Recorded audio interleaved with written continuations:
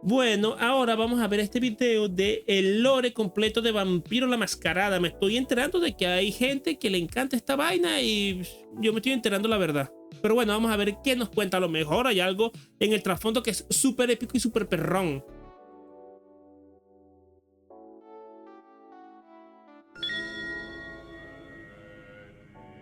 Vampiro la Mascarada es uno de los juegos de rol más famosos del mundo. Y a justo derecho, pues este construyó uno de los trasfondos más ricos e interesantes, pienso yo, de toda la fantasía vampírica. Hoy voy a contarte el lore.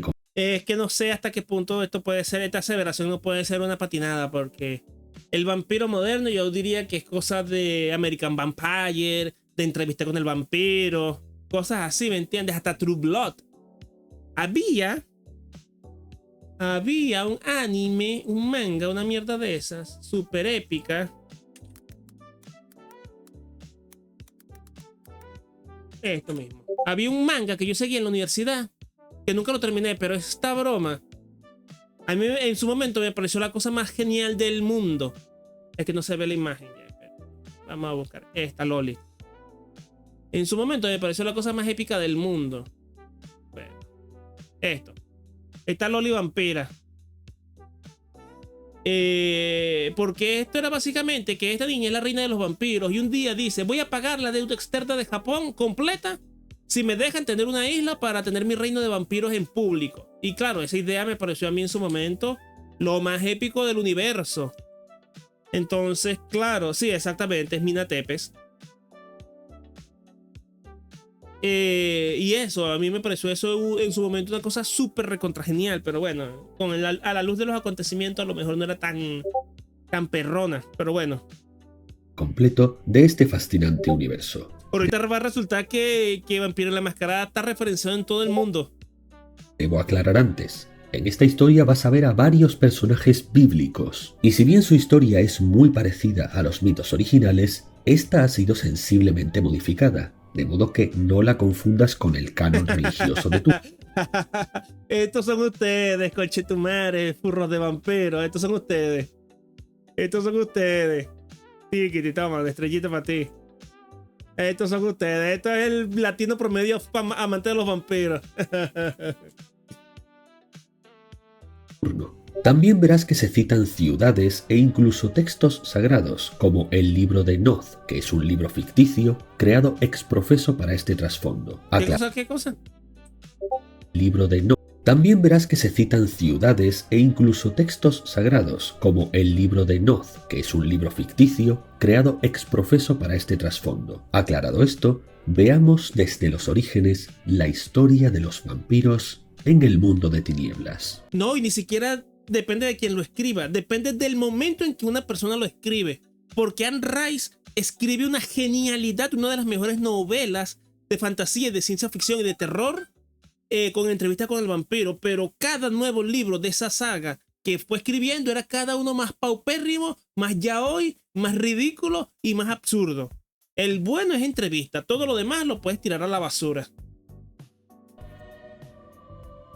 Nuestra historia se remonta a muchos milenios antes de Cristo. De hecho, se remonta casi a los principios de la humanidad. Estamos frente a la primera familia humana jamás, la compuesta por Adán, Eva y sus hijos Caín y Abel.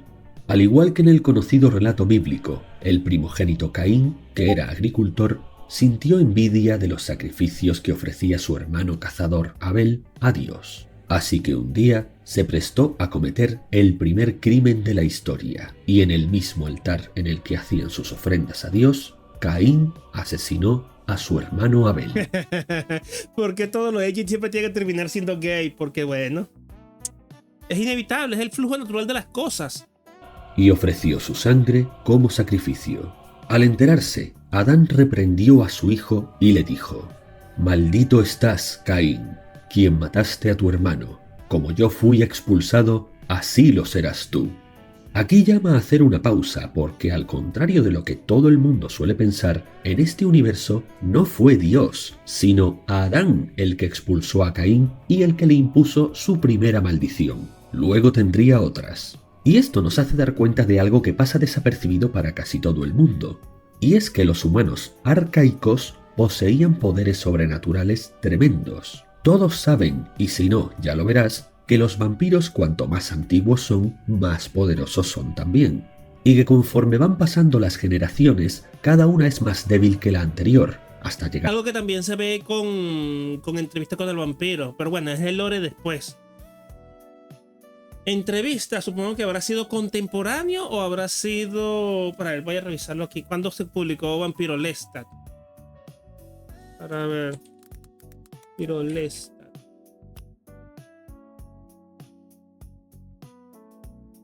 Fecha de publicación 85. Vampiro la Mascarada. La Mascarada. Fecha de estreno. No. Primera edición es del 91. Vamos a ver. La Reina de 2002. No, espérate, está la película. Reina de los Condenados, libro. 88. Sí, entonces Vampiro la Mascarada agarra el concepto de aquí. Porque es la misma vaina aquí con Reina de los Condenados, porque hay un espíritu, un espectro, una mierda rara de los vampiros, que fue el primero, que es el espíritu original que crea los vampiros.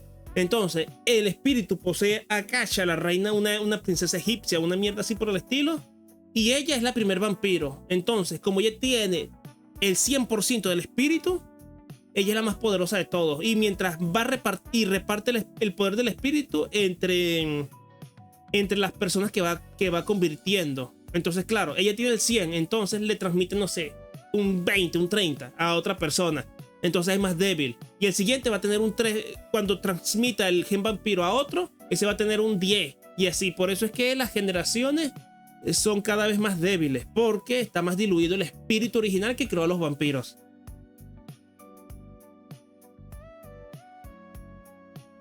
A la era contemporánea. Entonces eso, este es un concepto de Anne Rice. Así que están bien las comparaciones que estoy haciendo. En donde muchos vampiros han perdido casi todo su poder y habilidades mágicas. Pero este hecho que se nos cuenta sobre Adán y otras muy escasas anécdotas sobre otros personajes bíblicos en Vampiro la Mascarada nos señala que las primeras generaciones de humanos también poseían habilidades sobrenaturales tremendas. La diferencia es que los humanos rápidamente nos esparcimos por toda la Tierra en cientos y miles de generaciones, por lo que en muy pocos siglos perdimos casi todo o todo nuestro poder. Mientras que los vampiros... Y eso también eso es que no sé cómo se llama, pero eso también es un argumento teológico. Esa es la explicación de por qué Matusalén, Noé, Adán, Lot, Set, toda esa gente vivió cientos de años en la Biblia. Porque como esas generaciones estaban más cerca del origen del mundo y de Dios, ellos eran más poderosos que nosotros. Ese es el concepto que se utiliza. Entonces, que saltar de eso a que tengan poderes mágicos tampoco es tan raro. Tardaron... Exactamente, aquí también se llaman así, patriarcas antediluvianos. Y ellos eran eternos y vivían cientos de años porque tenían un contacto más cercano y eran más nuevos. Entonces, claro, el pecado original va mermando el cuerpo humano y el alma humana para hacer que muramos antes. Ese es el concepto. Eso creo que sí, ya está hasta Moisés. Y ya luego empieza a diluirse. Ya empieza a hacer más estragos. Siglos en pasar de una generación a la siguiente. Y por eso conservan sus habilidades casi hasta nuestros días. La maldición que Adán, padre de todos los humanos, impuso sobre Caín, quien sería padre de todos los vampiros. Básicamente eso, Dandy, somos la fotocopia de la copia.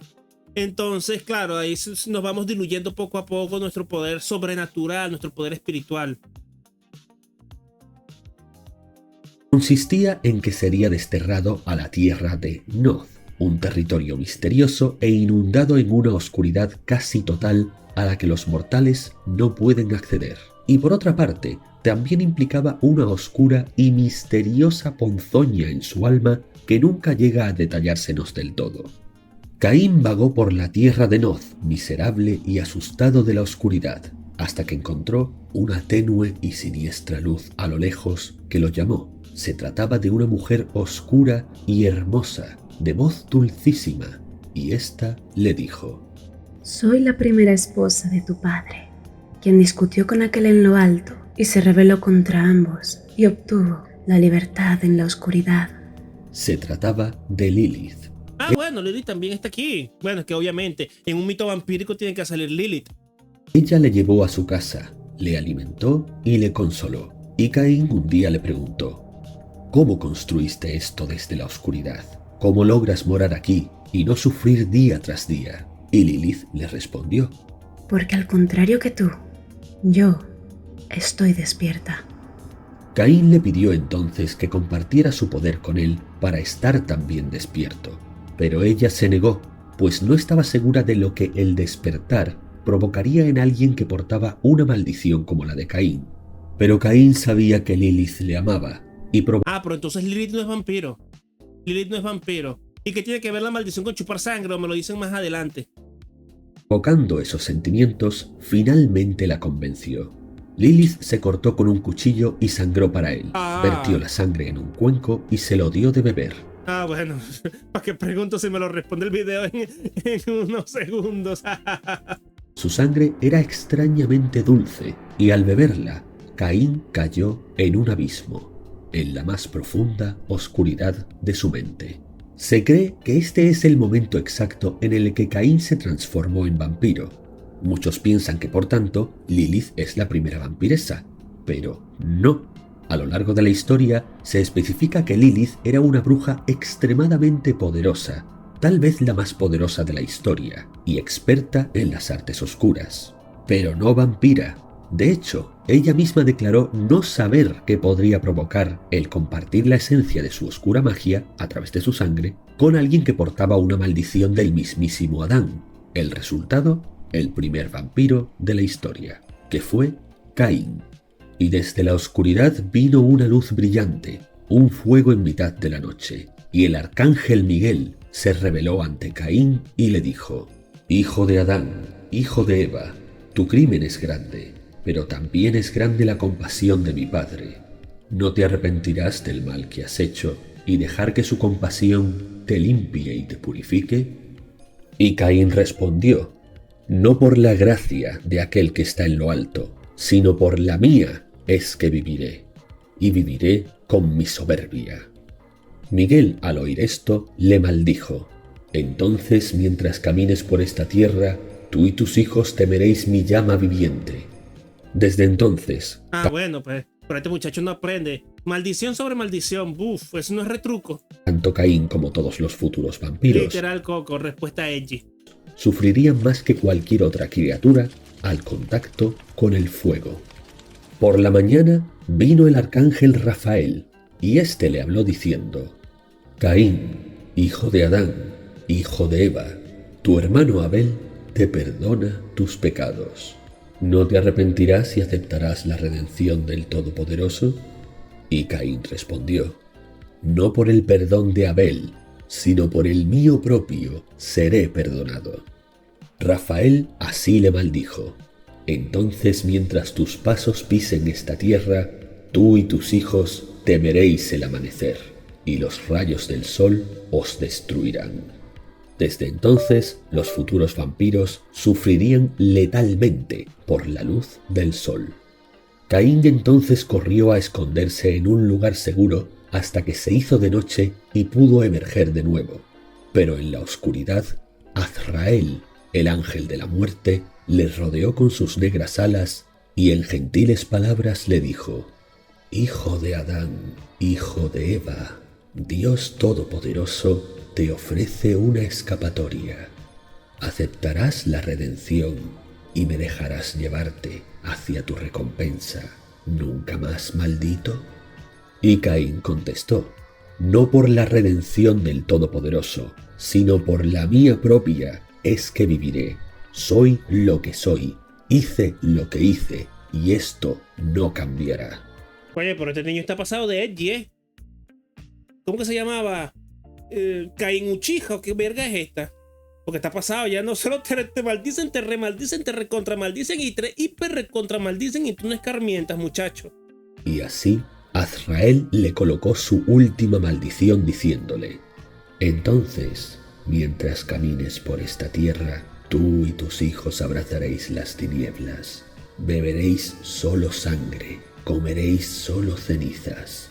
Nunca hallaréis el natural descanso de la muerte. Y para siempre tus hijos ansiarán beber tu sangre.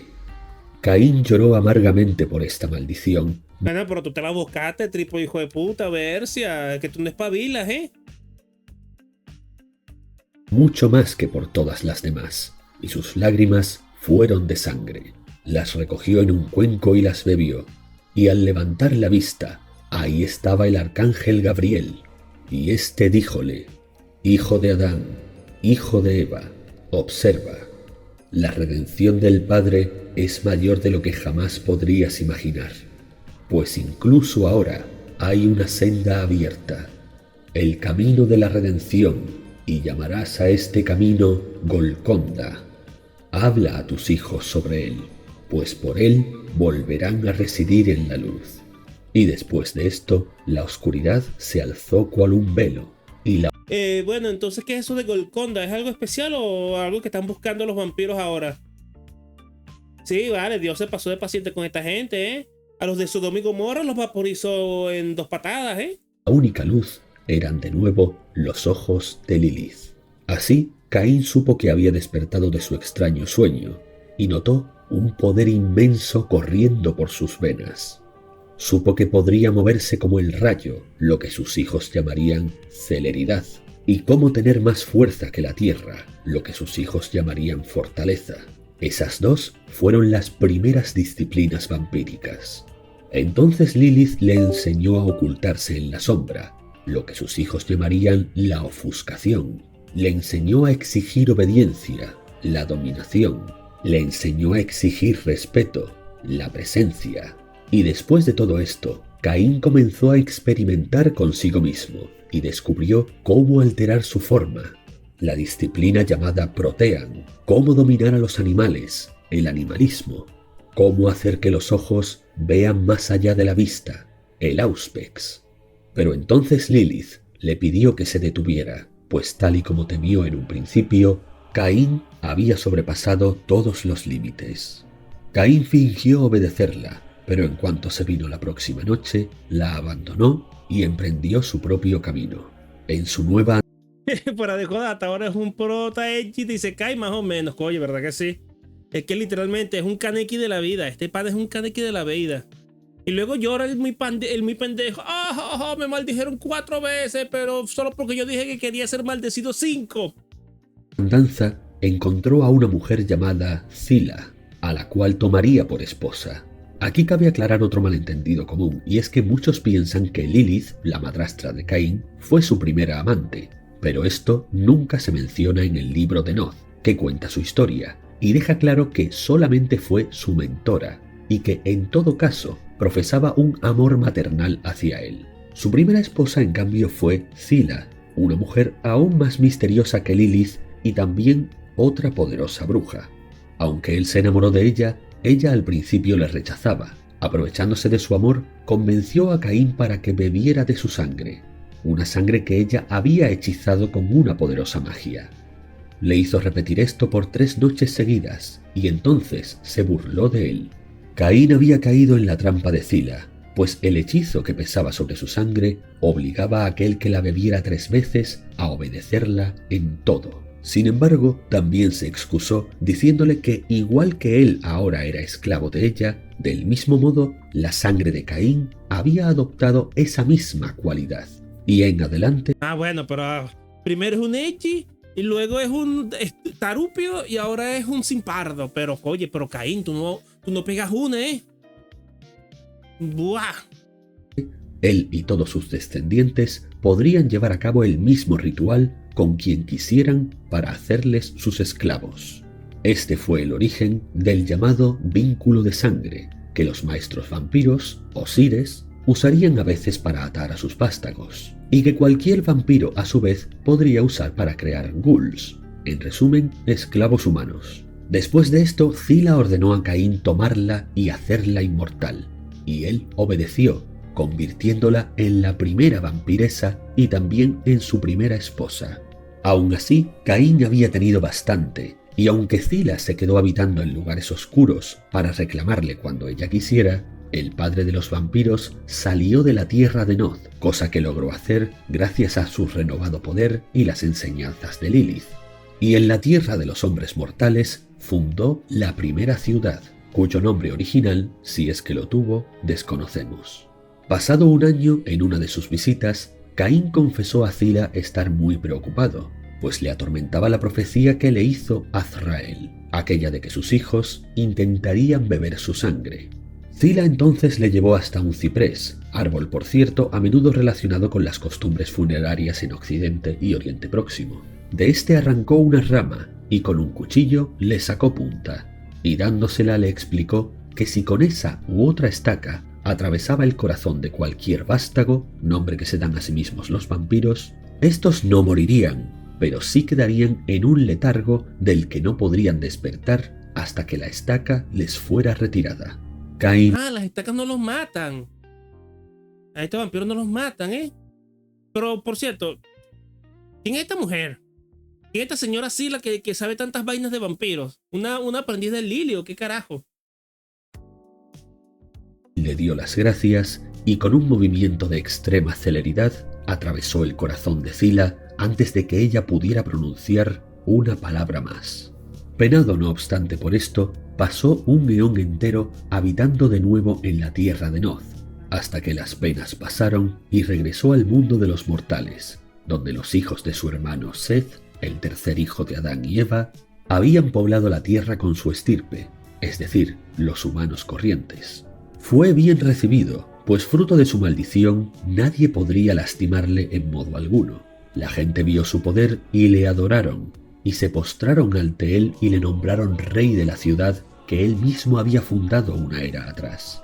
Pero Caín estaba solo en el poder, y pasado un tiempo, decidió por fin iniciar su propia estirpe, abrazando a alguien cercano a él. El abrazo, por cierto, es la forma en que los vampiros llaman al acto de convertir a un humano en vampiro, al que desde entonces llamará su chiquillo. Este primero de su estirpe fue un joven llamado Enosh, a veces Enki, quien de hecho pidió por voluntad propia convertirse en hijo maldito del padre de los vampiros.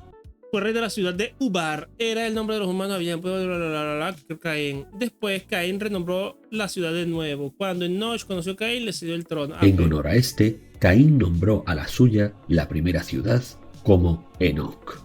Entonces Enosh pidió un hermano, y Caín se lo concedió, y su nombre fue Irad. Así existieron sobre el mundo la primera generación de vampiros, que incluía tan solo a Caín, y la segunda generación, que la formaban Enosh, Irad y Zila.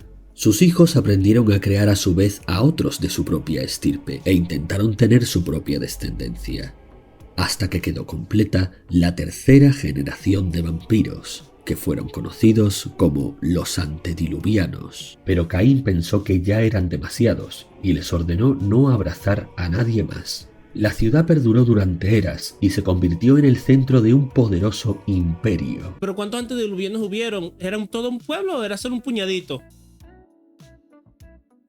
Caín aprendió a convivir con los humanos, pero durante siglos vio cómo cada vez más sus hijos abusaban de estos, y cómo incluso luchaban entre ellos, y ya de paso pervertían aún más las ya de entradas pervertidas sociedades humanas. Esto lo enfureció y entristeció. Un día vio las señales en el cielo nocturno de lo que estaba por llegar, pero decidió no decir palabra ni a sus hijos ni a nadie, y en esa noche desapareció.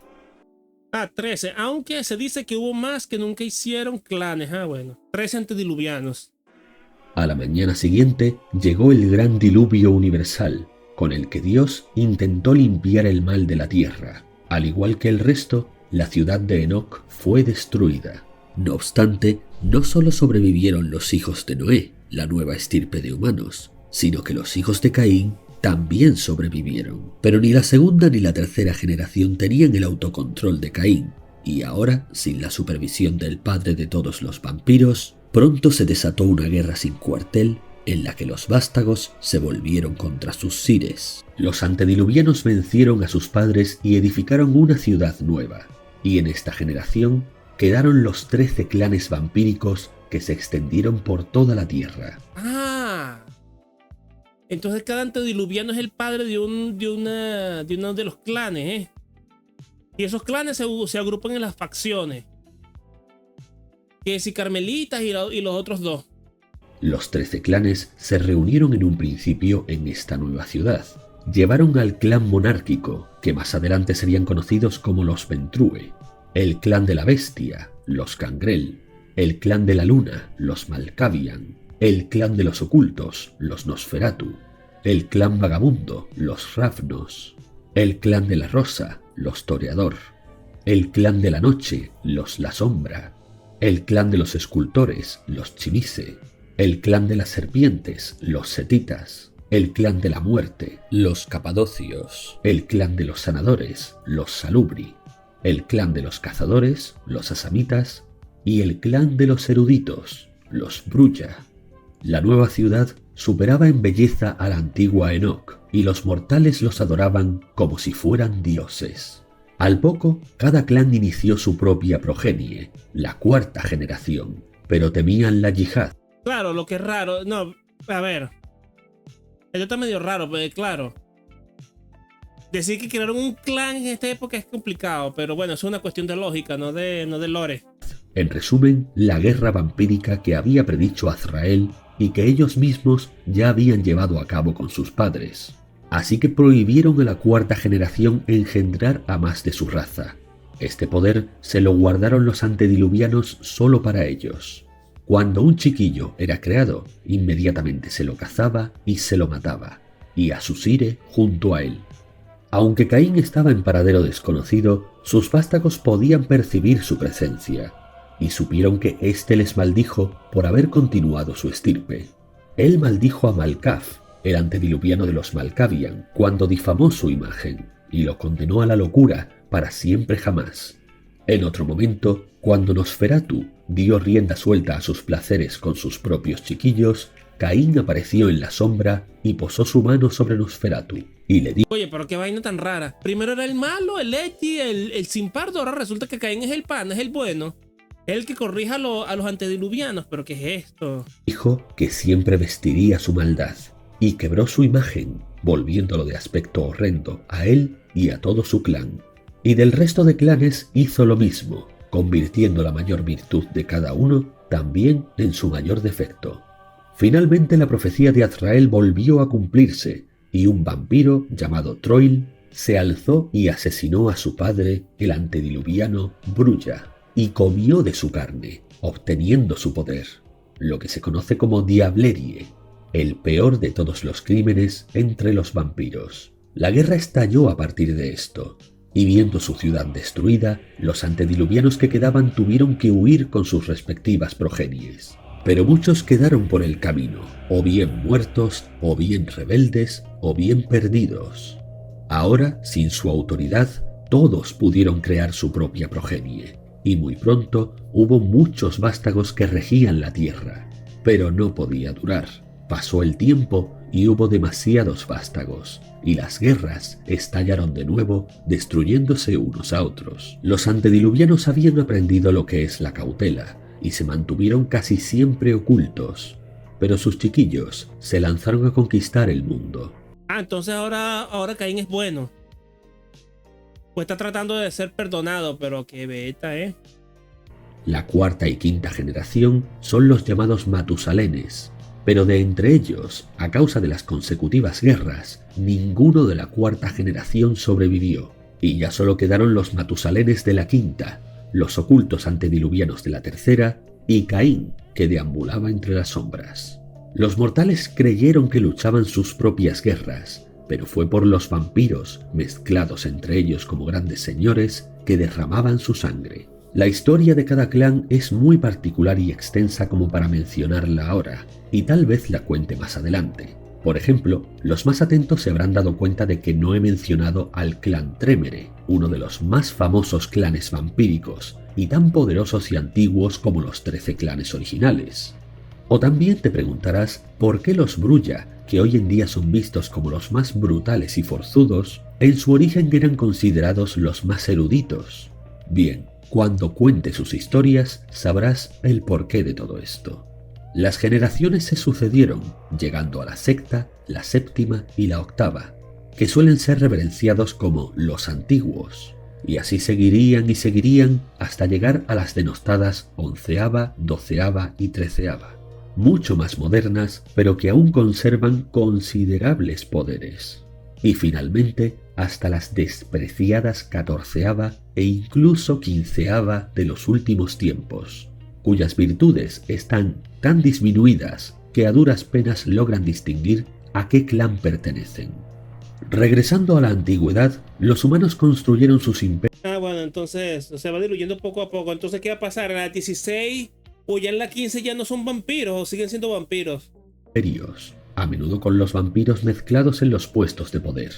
Y eventualmente nació la ciudad de Cartago, liderada por los Brulla, en donde los vampiros vivían en armonía y convivencia con los humanos. Pero los Ventrue, que gobernaban la poderosa Roma, no consintieron una competencia así, y llevaron al Imperio Romano a destruir Cartago, algo que los Brulla nunca perdonarían. En el siglo IX comenzó la Edad Oscura. Llegados a estos tiempos medievales, los vampiros seguían gobernando en gran parte de la humanidad, pero eran cada vez más discretos. Aún así, liderados mayormente por la Iglesia, los humanos comenzaron a darles caza. Hombre, una historia donde la iglesia no es la mala, para variar. Los vampiros más modernos son tan débiles que pueden caminar bajo el sol y no pueden convertir humanos en vampiros. Bueno, mal, ¿no? O bien, ¿no? Depende. Esto había ocurrido ocasionalmente en tiempos antiguos también, pero ahora se trataba de una cacería masiva con el fin de exterminarlos por completo. Si bien los vampiros, sobre todo los de aquellas generaciones medievales, eran mucho más poderosos que cualquier humano, tuvieron que admitir que estaban muy pero que muy superados en número, tanto que no estaban seguros de poder derrotar a la raza humana abiertamente.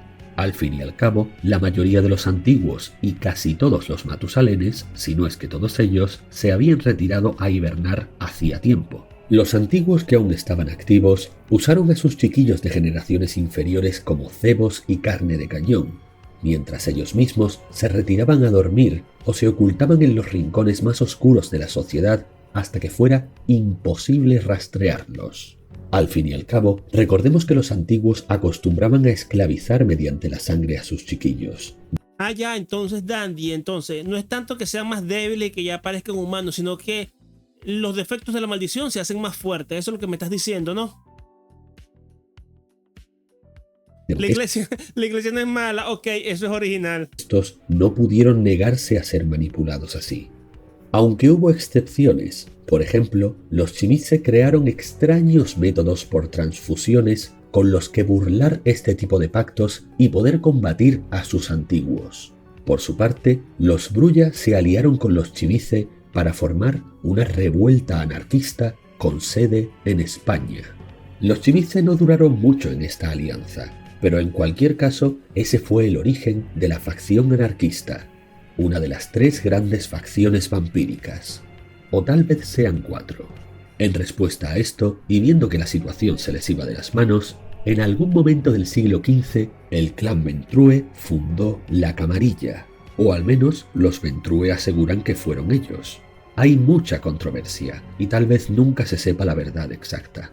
La Camarilla es la mayor secta vampírica que existe, y se preocupan por mantener lo que ellos llaman la mascarada. En resumen, la forma en la que los vampiros se ocultan de los humanos. Espérate, que me perdí la mayor algo. mucha controversia. Sean 4, una de las 3 grandes facciones vampíricas, o tal vez sean 4. En respuesta a esto, y viendo que la situación se les iba de las manos, en algún momento del siglo XV, el clan Ventrue fundó la Camarilla, o al menos los Ventrue aseguran que fueron ellos. Hay mucha controversia, y tal vez nunca se sepa la verdad exacta. La Camarilla es la mayor secta vampírica que existe, y se preocupan por mantener lo que ellos llaman la mascarada. En resumen, la forma en la que los vampiros se ocultan de los humanos hasta que estos los tomen por un simple mito, cosa que lograron casi con total éxito. Se trata de una sociedad abierta. Afirman que todos los vampiros son miembros de la mascarada, tanto si quieren como si no.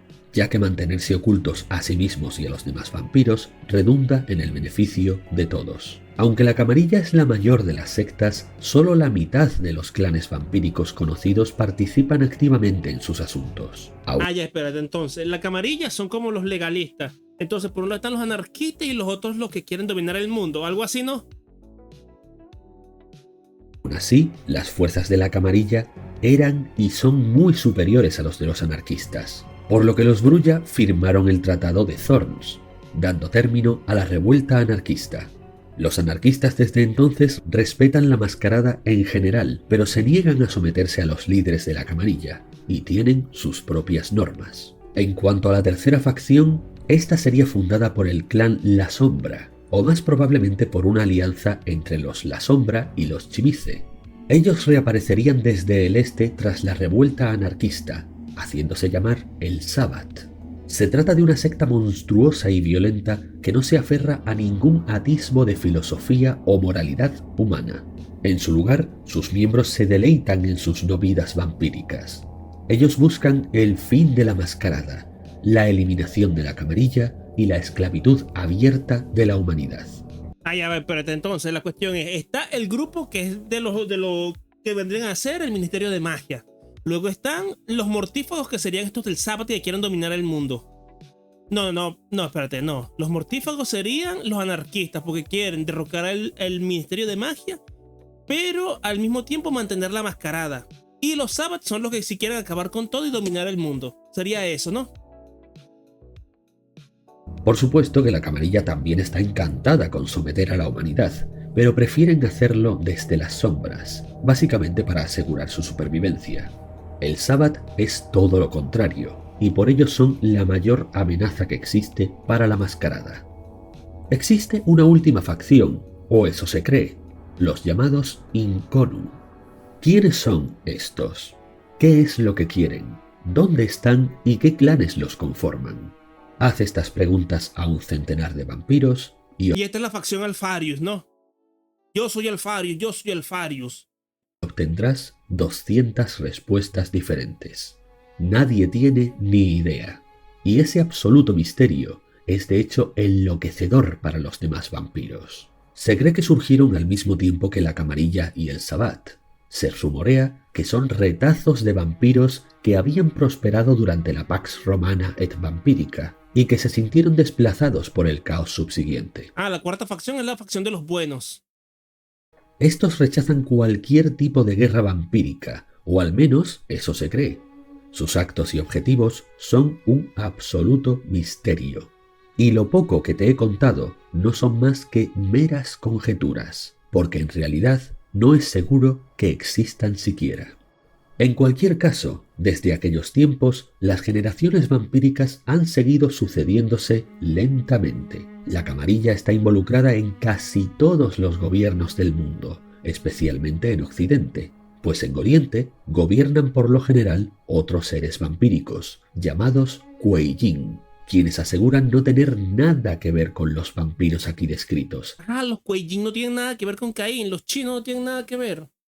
Ni tampoco con su origen, y los vampiros cainitas u occidentales, por su parte, afirman lo mismo de los Kuei-Jin. Otro misterio al margen del misterio. El Sabbat también tiene sus manos metidas en muchos asuntos, pero tratan constantemente de esclavizar brutalmente a la humanidad y desenmascarar a la mascarada, algo que es un auténtico quebradero de cabeza para los demás vampiros. En cuanto a los anarquistas y los independentistas, en general se ocultan, pero desprecian las diferentes sectas y sus envenenados juegos de poder. Y así seguirán las cosas hasta que llegue la Gehenna, el profetizado fin de los tiempos, cuando los antediluvianos despierten de su letargo para devorar a todos sus descendientes. Y finalmente Caín salga de su escondite y ponga fin a toda la estirpe. Bueno, pero entonces, ¿qué? Caín todavía sigue dando vueltas por ahí, ¿no? ¿Todavía sigue haciendo su chamba ahí de buscar la redención o también se durmió como los antediluvianos? Muy probablemente llevándose consigo al mundo entero. O, como mínimo, arrastrándolo a un apocalíptico y oscurísimo futuro que cada día está más próximo. Si te gustó esta introducción, házmelo saber con tus comentarios. Y sobre todo, comparte esta narración, porque si consigues suficiente apoyo, estaré encantado de narrarte la historia de los distintos clanes, que es extremadamente interesante, tal vez mucho más incluso que este origen. Un saludo y hasta la próxima. No, bueno, buen video, sí, está bien, muy interesante. Summer, como siempre,